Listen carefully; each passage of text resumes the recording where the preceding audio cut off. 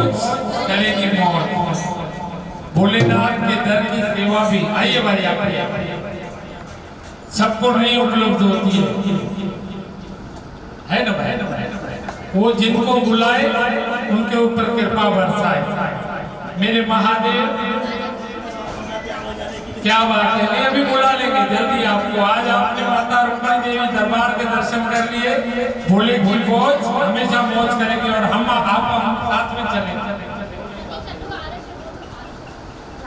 मैं धन्यवाद करना चाहूंगा हमारे विजय बेनवाल जी का, मेरे प्यारे छोटे भाई हरीश जरिया, हमारे मम्मी से सचमुच रोड का काम चालू था, उन्होंने अच्छा कार्य करवाने के लिए कोशिश की थी, पूरा न कर पाए। कल मैंने उनको मैसेज किया, भाई माता रुक्मणी देवी प्रवेश द्वार मार्ग का भाई उसी समय आ गए, कोशिश कर रहे हैं। आज उन्होंने सुबह से लेकर एकदम साफ सफाई करना शुरू कर दिया। मैं बोलता हूँ सचमुच इस तरह से शहर संवर जाए ना विजय जी, मतलब मालिक हमेशा खुश रखेगा, क्योंकि जो हमारे शहर वाले ना वो कुछ नहीं चाहते, न किसी के धन न दौलत न पैड न पानी, एक ही चीज की उनको जरूरत है, आसपास में साफ सफाई हो।